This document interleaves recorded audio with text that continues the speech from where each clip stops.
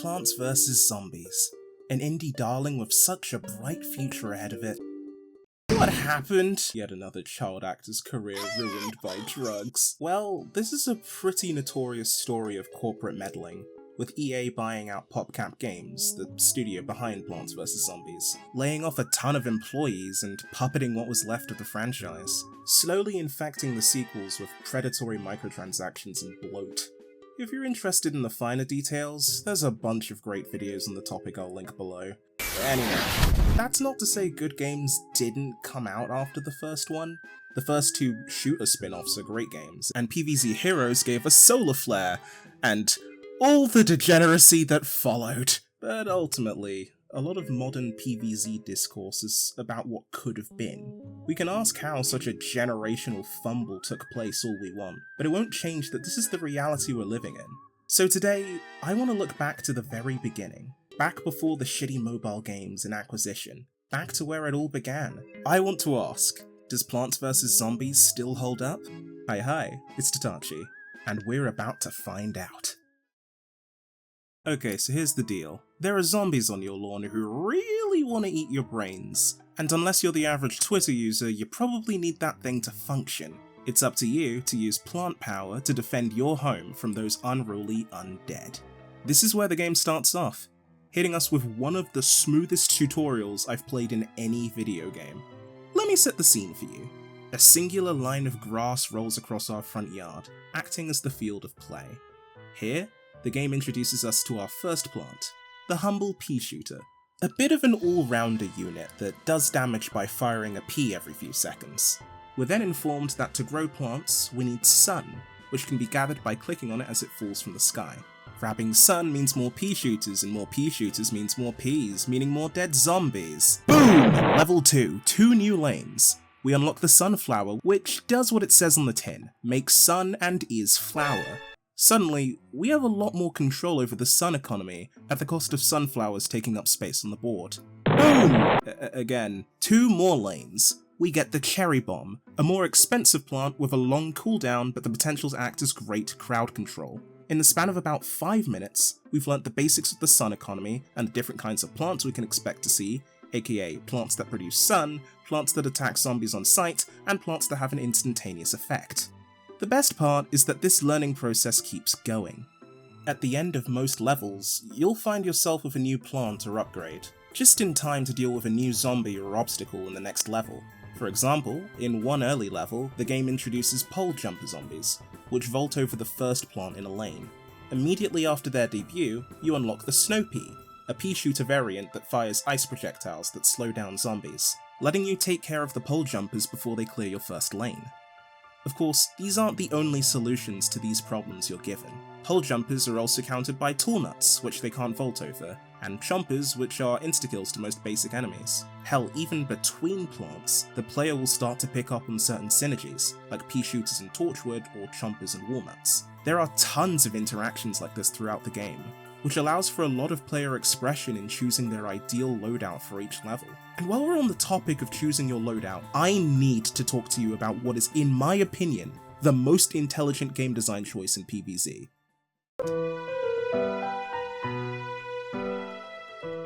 Did you see it? It's blink and you'll miss it. It's this specific screen, the choose your seed screen. The camera pans slowly from your yard to the zombies on the road, and finally the plant menu rises into frame.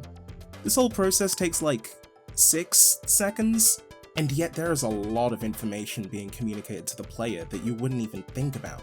The game establishes the field the level is taking place on, then the zombies that will appear in the level, and then pulls up the plant menu so you can directly reference the upcoming enemies and your full arsenal to pick out your optimum team.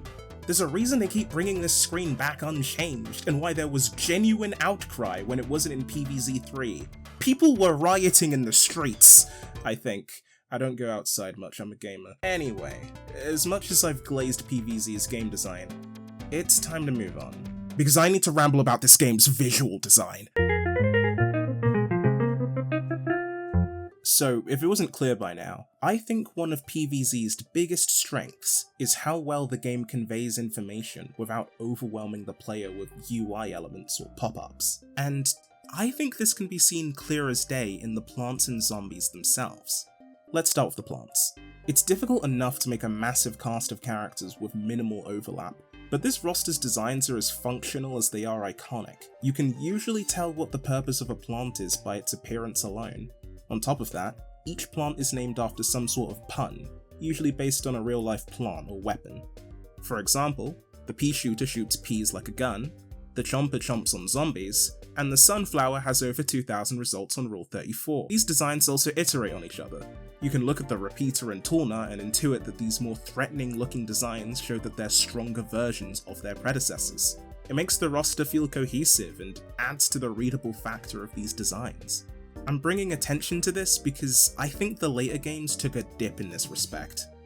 Over time, as more and more content was added to PvZ2, there was a build-up of visual clutter amongst designs, alongside a reduction in animation quality, which, let's be honest, was most likely due to crunch. So PvZ1 making a well-designed cast with a fraction of the resources is really impressive.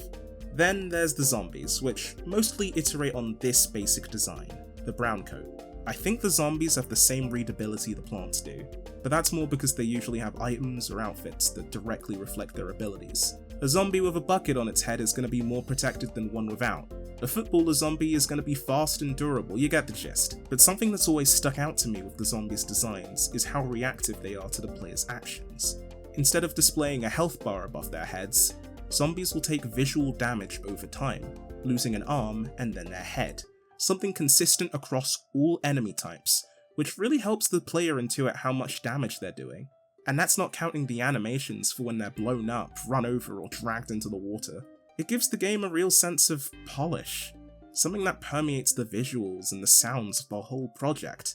And on the topic of sounds, can we talk about Laura Shigihara for a second? You might know her for singing Deltarune's Don't Forget, her game Rakuin, or for being such a hardcore PvZ shitposter, she might as well be the mascot for the whole fandom. As the game's composer, she's always been willing to do interviews or engage with the fandom, at least more than EA does, which has always made me really respect her. I love creatives who value their work and those who appreciate it. I've always gotten the impression she put a lot of herself into the soundtrack, especially with the vocal track Zombies on Your Lawn, the game's credit theme, which is just adorable.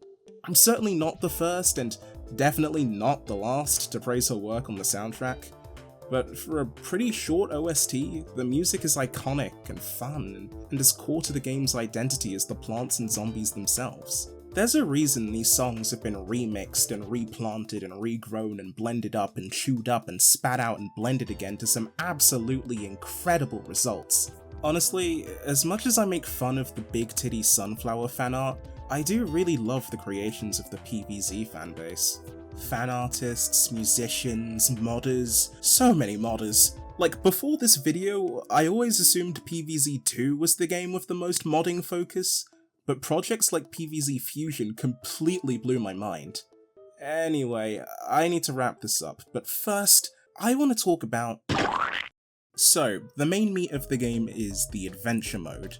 This is where you unlock new plants and face new zombies while battling out across 5 different worlds, each with their own gimmicks. But once you've beaten Dr. Zomboss in the final battle, what is there left for you to do? Well, there's some fun distractions in the form of the Almanac and the Zen Garden. These are little sub-modes you unlock during the adventure, where you can read about plants and zombies in what's basically a bestiary, and care for your little plants in a relaxing greenhouse. I always really liked the Almanac as a kid. Since, stats aside, there was usually fun flavor text about the characters, like fun facts or in-universe interviews with them. I haven't mentioned it up to this point, but this game's very funny, and I welcome it. Also, Crazy Dave is fucking cinema. Every time he opens his mouth, a neuron fires in my brain. I love his stupid mumbling voice. Plants vs. Zombies also has a hell of a lot of minigames. You get to play a couple of these during the main story, but some of the unlockable ones really help shake up the gameplay. You know, stuff like walnut bowling, whack-a-zombie, or gambling. There's also the puzzle modes, which require a little more strategy. My favourite as a kid was always iZombie, where you play as the zombies trying to strategically destroy all the plants and eat the brains at the end of each row. They actually expanded on this idea with the Versus mode for the console release, with players taking the roles of the plants and zombies respectively, and I've wanted nothing more than to play this with someone for like 12 years now. Last off is the survival mode.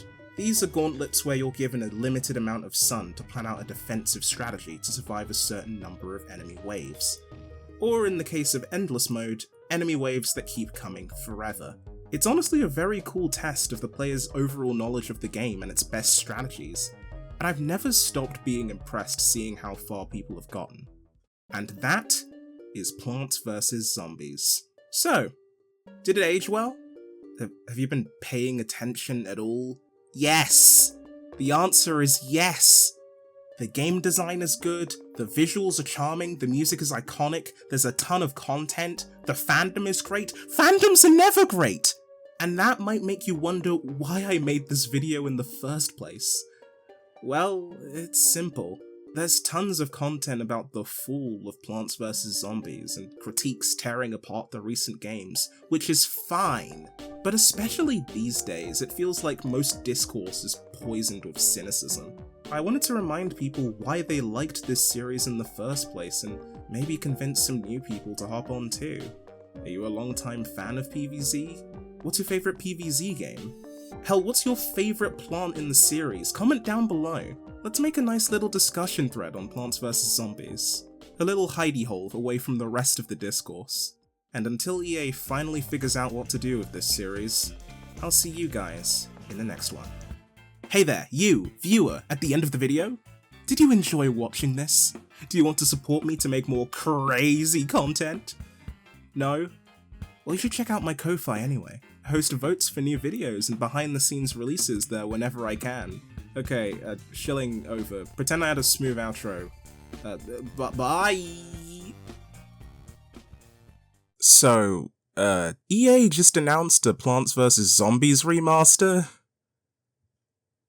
God damn it.